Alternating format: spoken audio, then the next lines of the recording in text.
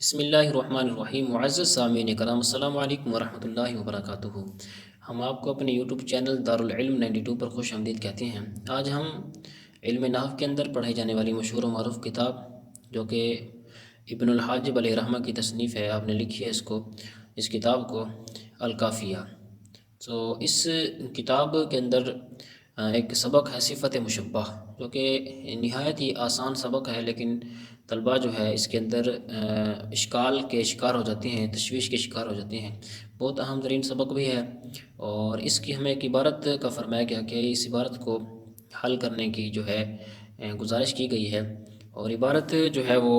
صفت مشبہ کے سبق جہاں سے شروع ہو رہا ہے، میرے ہاتھ میں دعوت اسلامی کے مکتبۃ المدینہ کی شائع کردہ کتاب ہے۔ اس کے صفحہ نمبر 177 یعنی 177 سے صفت مشبہ کا سبق شروع ہو رہا ہے، اور یہ جو عبارت ہمیں بھیجی ہے اس کے صفحہ نمبر 178 پر یہ ایک جو اشکال بھیجا گیا ہے یہاں پر مذکور ہے، فرمایا وَتَقْسِيمُ مَسَائِلِهَا، تو اس عبارت کے بارے میں فرمایا گیا کہ اس کو حل کیا جائے۔ تو یہ عبارت دراصل دیکھنے کے اندر تو مختصر ہے، لیکن اس کے اندر کافی وضاحت ہے، یہ وضاحت کا مجموعہ ہے عبارت، تو ہم اس کی انشاءاللہ عز و جل وضاحت کریں گے، تو جو سائل ہیں ان کو یہ انشاءاللہ عز و جل سمجھ آ جائے گی۔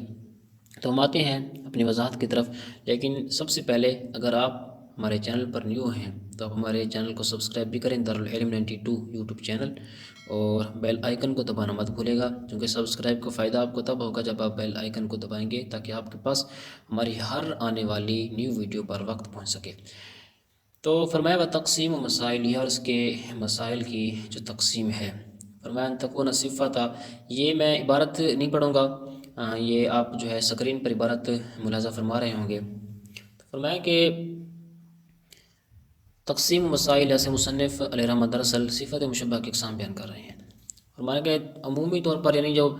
بنیادی طور پر صفت مشبہ کی دو صورتیں ہیں۔ صفت مشبہ یا تو معرب باللام ہوگی یا بغیر لام کے ہوگی، یعنی پھر معرب باللام نہیں ہوگی، او مجردہ کا یہ لفظ آپ نے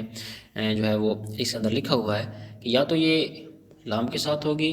ٹھیک ہے، باللامی صفت مشبہ یا تو معرب باللام ہوگی یا بغیر لام کی ہوگی، پھر یہ دونوں طرح صیغہ صفت تین حال سے خالی نہیں ہوگا، ٹھیک ہے، یا پھر جو ہے اس کا جو معمول ہے وہ یا تو مضاف ہوگا یا معرب باللام ہوگا، یا وہ معمول مضاف بھی نہیں ہوگا اور معرب باللام بھی نہیں ہوگا۔ دوبارہ عرض کیا جاتا ہوں کہ صفت مشبہ یا تو معرب باللام ہوگی یا بغیر لام کی ہوگی، پھر یہ دونوں طرح صیغہ صفت تین حال سے خالی نہیں ہوگا، یا تو اس کا معمول مضاف ہوگا یا معرب باللام ہوگا، یا وہ معمول مضاف بھی نہیں ہوگا اور معرب باللام بھی نہیں ہوگا۔ اس کے اندر او مجردن کا لفظ ہے، اس کا مطلب ہے او مجردن انہما کے دونوں سے خالی ہوگا۔ فہذہ ستۃ، تو یہ 6 قسمیں بن گئی، یعنی جب آپ 3 کو 2 کے ساتھ ضرب دیں گے تو یہ 6 قسمیں ٹوٹل بن جائیں گی۔ تو جو 6 قسمیں بنی ہیں ہم ان کو بیان کر دیتے ہیں، اور اس قسم کو بیان کرنے سے پہلے ہم تھوڑا آگے عبارت پڑھتے ہیں۔ فرمایا والمعمول فی کل واحد منہما، کہ ان میں سے ہر ایک کا جو معمول ہے نا وہ مرفوع بھی ہوگا، منصوب بھی ہوگا، مجرور بھی ہوگا، تو سارت ثمانیۃ عشرہ، تو اس طرح یہ 18 قسمیں ہوگی۔ تو اب ہم ان کے معمول کو مرفوع، منصوب، مجرور بھی پڑھیں گے، اور ہم پھر 6 کو جب 3 کے ساتھ ضرب دیں گے تو یہ 18 بن جائیں گی۔ تو ہم یہ تعریف کے اندر سب کچھ ذکر کر دیں گے، اور یہ بھی یاد رہے کہ ہم رفع کیوں دیں گے، فالرفع علی الفاعلیت، کہ رفع جو ہے یہ فاعلیت کی بنا پر ہے، اور والنصب علی التشبیہ بالمفعول فی المعرفۃ، اور نصب جو ہے یہ معرفہ میں مفعول کے ساتھ مشابہت کی بنا پر ہوگا، وعلی التمییز فی النکرۃ، اور نکرہ کے اندر تمییز کی بنا پر بھی یہ نصب ہوگا، اور جر جو ہے یہ اضافت کی بنا پر ہوگی، ظاہر ہے جر جو ہے وہ اضافت کی بنا پر ہی ہو سکتی ہے۔ تو اب ہم اس کے ساتھ ساتھ جب ہم ترتیب بیان کریں گے تو یہ تینوں ہم اس کے جو ہے تینوں حالتیں بھی بیان کریں گے، مرفوع، منصوب، مجرور کی، اور اس کے ساتھ ساتھ ہم اس کی مثالیں بھی دیتے جائیں گے، جو کہ مصنف نے مختصر اور شارٹ کٹ بیان فرمائی، و تفصیلها یہ حسن وجہہ،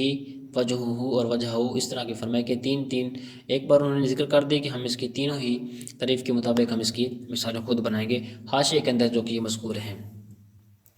تو اس طرح صفت مشبہ یا تو معرب باللام ہوگی یا بغیر لام کی ہوگی، پھر یہ دونوں طرح صیغہ صفت تین حال سے خالی نہیں ہوگا، یا تو اس کا معمول مضاف ہوگا یا معرب باللام ہوگا، یا وہ معمول مضاف بھی نہیں ہوگا اور معرب باللام نہیں ہوگا۔ تو یہ پھر اس طرح اب ہم اس کی ٹوٹل مع امثلہ ہم اس کے اقسام بیان کر رہے ہیں۔ تو صفت مشبہ پہلی ہم اس کی قسم بیان کر رہے ہیں، صفت مشبہ معرب باللام ہو اور اس کا معمول مضاف ہو، جیسے الحسن وجہہ، اب یہاں پر دیکھیں آپ صفت مشبہ معرب باللام ہے الحسن، ٹھیک ہے، اور جو اس کا معمول جو ہے یہ مضاف، ہم نے پہلے مثال دی مضاف مرفوع کی، اب ہم دیں گے مضاف مجرور کی مثال، جیسے الحسن منصوب کی مثال، پہلے جو تھی وہ مرفوع کی تھی، جیسے الحسن وجہہ، اب مضاف مجرور کی مثال الحسن وجہہ، تعریف وہی رہے گی۔ اب دوسری ہم اس کی جو ہے قسم بیان کر رہے ہیں، صورت بیان کر رہے ہیں کہ صفت مشبہ معرب باللام ہو اور اس کا معمول بھی معرب باللام ہو۔ اوپر تین حال سے خال نہیں، ہم نے پڑھا تین حال سے خال نہیں ہوگا، تو لہٰذا جو معرب باللام ہے وہ اس کو بھی تین صورتوں میں لے کے آئیں گے، اور جو معرب باللام نہیں ہے اس کو بھی ہم تین صورتوں کے اندر لے آئیں گے۔ تو اب یہاں پر ہم معرب باللام کی صورتیں بیان کر رہے ہیں، تو معرب باللام کی دوسری صورت ہم بیان کر رہے ہیں، ساتھ ساتھ اس کے معمول کی حالت بھی بیان کر رہے ہیں۔ دوسری صورت یہ ہے کہ صفت مشبہ معرب باللام ہو اور اس کا معمول بھی معرب باللام ہو، جیسے الحسن الوجہ، ٹھیک ہے، صفت مشبہ بھی معرب باللام، اس کا معمول بھی معرب باللام، الحسن الوجہ، یہ جو صورت ہے یہ منصوب کی ہو گئی، اور الحسن الوجہ یہ صورت مجرور کی ہو گئی۔ اس کے بعد ہم تیسری صورت بیان کر رہے ہیں کہ صفت مشبہ معرب باللام اور اس کا معمول مضاف اور معرب باللام نہ ہو، جیسے الحسن وجہ، یہ دیکھیں صفت مشبہ معرب باللام ہے الحسن، اور جو معمول ہے یہ مضاف بھی نہیں ہے معرب باللام بھی نہیں ہے، وجہ الحسن وجہن الحسن وجہن۔ چوتھی صورت اس کی ہے صفت مشبہ معرب باللام نہ ہو، اس کا معمول مضاف ہو، حسن وجہ، اب دیکھیں یہاں پر حسن جو ہے یہ معرب باللام نہیں ہے، اس کا معمول جو ہے یہ مضاف ہے، اور دوسری ہم منصوب کی مثال دے رہے ہیں حسن وجہہ، اور مجرور کی مثال دے رہے ہیں حسن وجہہ۔ اگر پانچویں صورت صفت مشبہ معرب باللام نہ ہو، یہ ہم جو ہے معرب باللام نہ ہونے کی دوسری صورت بیان کر رہے ہیں، گویا کہ پانچویں صورت بیان کر رہے ہیں، صفت مشبہ معرب باللام نہ ہو اور اس کا معمول معرب باللام ہو، جیسے حسن الوجہ، دیکھیں صفت مشبہ حسن معرب باللام نہیں ہے لیکن معمول جو ہے یہ معرب باللام ہے، تو یہ ہم نے مرفوع کی پہلی مثال بیان کی حسن الوجہ، پھر منصوب کی حسن الوجہ، پھر مجرور کی حسن الوجہ۔ چھٹی صورت ہے کہ صفت مشبہ معرب باللام نہ ہو اور اس کا معمول مضاف اور معرب باللام نہ ہو، یعنی مضاف بھی نہ ہو معرب باللام نہ ہو، جیسے حسن وجہ، اب صفت مشبہ معرب باللام نہیں ہے، معمول بھی مضاف اور معرب باللام نہیں ہے، اور منصوب کی مثال حسن وجہن اور مجرور کی مثال حسن وجہن۔ تو ہم نے پہلے بیان کر دیا کہ ان کا معمول ان میں سے ہر ایک کا مرفوع بھی ہوگا، منصوب بھی ہوگا، مجرور بھی ہوگا، تو ہم نے ہر طرح سے اس کی جو مثالیں ہیں تینوں حالتوں کے مطابق ہم نے اس کی مثالیں بیان کر دی۔ آگے جو ہے وہ عبارت ہے، مصنف نے جو عبارت ذکر کیا، فرمایا کہ اسنانی منہا ممتنیانی، یہ جو 18 صورتیں بیان ہوئی ہیں تو ان کے اندر مصنف فرما رہے ہیں کہ 18 صورتوں میں سے دو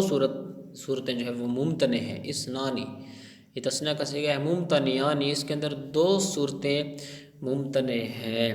ان کی نشاندہی کرنا مقصود ہے۔ تو اب ہم نے یہ جو تعریفیں بیان کی، تو اب ان میں سے دو صورتیں کون سی ممتنع ہیں؟ ظاہر بات ہے ہم نے تعریف ایک بیان کی، تین مثالیں دی، گویا کہ ایک تعریف تین کے قائم مقام ہوئی، کیونکہ ہم نے مرفوع کی بھی مثال دی، منصوب کی بھی دی، مجرور کی بھی دی، تو ایک تین کے قائم مقام ہوئی، تو ہم نے 6 بیان کی، تو 6 کو 3 کے ساتھ ضرب دیں تو یہ ٹوٹل سارت ثمانیۃ عشرہ کے مطابق، اسی کے مطابق ہی ہمارا یہ جو کلام ہے اترا۔ تو اب صفت مشبہ جب معرب باللام ہو اس کا معمول مضاف مجرور ہو، صفت مشبہ معرب باللام ہو اس کا معمول مضاف مجرور ہو، یہ پہلی جو ہم نے قسم بیان کی تھی اس کی تیسری صورت، یعنی الحسن وجہہ، ایک صورت یہ جو ہے مصنف علیہ الرحمہ نے جو بیان کی ہے یہ ممتنع ہے۔ اب یہ ممتنع کیوں ہے اس کی وجہ بھی ہم عرض کیے جاتے ہیں، یہ اس وجہ سے ہے کہ یہاں اضافت لفظیہ ہے، الحسن وجہہ کے اندر اضافت لفظیہ ہے، اور اضافت لفظیہ تخفیف کا فائدہ دیتی ہے جو کہ یہاں نہیں ہے، کیونکہ الحسن سے جو تنوین حذف ہوئی ہے، ظاہر بات ہے آپ کہیں گے تخفیف تو ہو رہی ہے، الحسن سے نون حذف ہوئی ہے، تو یہ جو تنوین حذف ہوئی ہے یہاں سے وہ اضافت کی وجہ سے نہیں ہے بلکہ الف لام کی وجہ سے حذف ہوئی ہے، اور اس کے اندر نہ ہی مضاف الیہ سے ضمیر حذف ہوئی ہے، کیونکہ اگر تخفیف ہونی چاہیے تھی الحسن وجہن ہونا چاہیے تھا، لیکن الحسن وجہ ہی ہے، تخفیف نہیں ہوئی، تو لہٰذا یہ صورت جائز نہیں ہے۔ آگے جو دوسری صورت ممتنع ہے وہ کون سی ہے؟ وہ یہ ہے کہ جب صفت مشبہ معرب باللام ہو اور اس کا معمول مجرور ہو، لیکن نہ ہی مضاف ہو اور نہ معرف باللام ہو،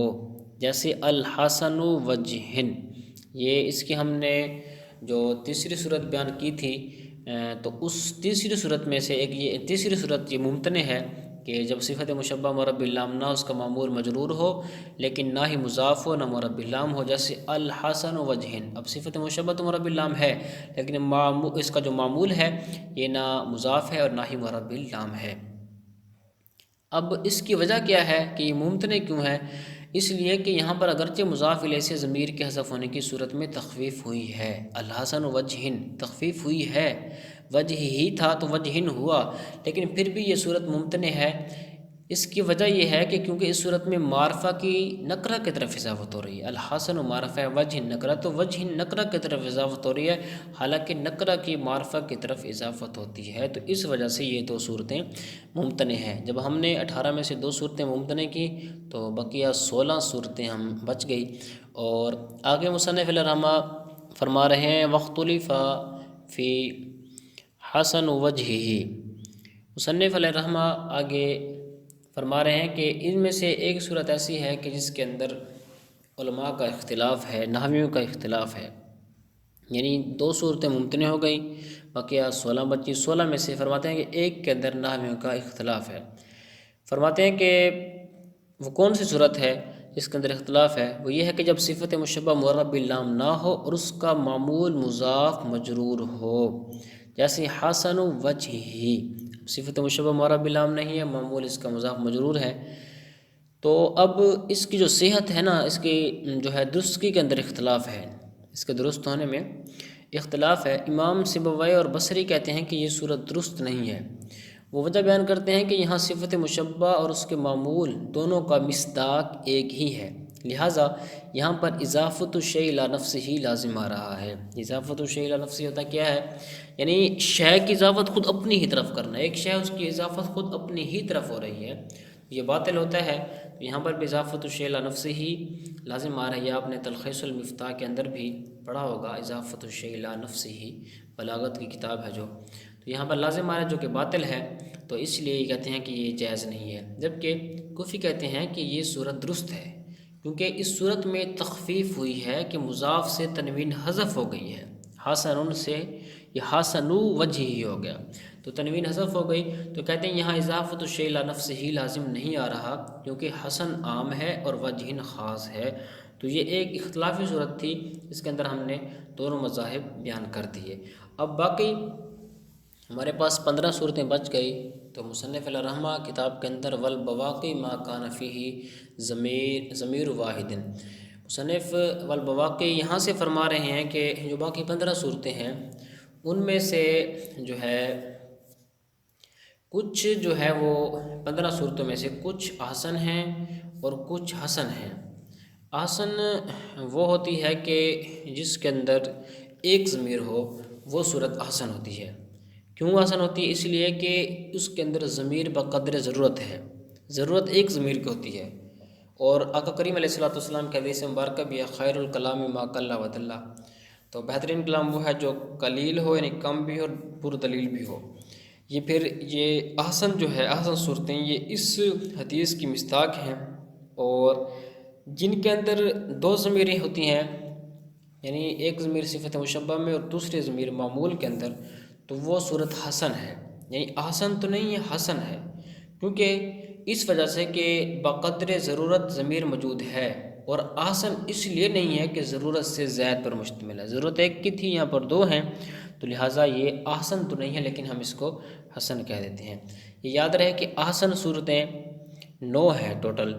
تو پہلی 7 صورتوں میں صفت مشبہ میں ضمیر ہے اور آخری 2 صورتوں میں اس کے معمول میں ضمیر ہوتی ہے۔ یہ 9 صورتیں 15 میں سے جو ہیں یہ احسن ہیں، یہ اب ہماری جو ہے سکرین پر ملاحظہ فرما رہے ہوں گے۔ اور حسن صورتیں 2 ہیں، یعنی حسن کون سی کہ جس کے اندر 2 ضمیر ہوتے ہیں، حسن صورتیں 2 ہیں، یہ بھی اب ہمارے سکرین پر ملاحظہ فرما رہے ہوں گے۔ اور وما لا ضمیر فیہ، یہاں سے مصنف فرما رہے ہیں کہ جس کے اندر کوئی ضمیر بھی نہیں ہوتی وہ صورت کبھی ہوتی ہے، یعنی جن کے اندر کوئی ضمیر نہ ہو کبھی ہوتے ہیں، کبھی اس لیے ہوتے ہیں کہ ضمیر اس کے اندر جب نہیں ہوگی تو ضمیر نہ ہونے کی صورت میں موصوف صفت کا آپس کے اندر باہمی جو ربط ہے نا وہ ٹوٹ جائے گا، وہ باہمی ربط ختم ہو جائے گا،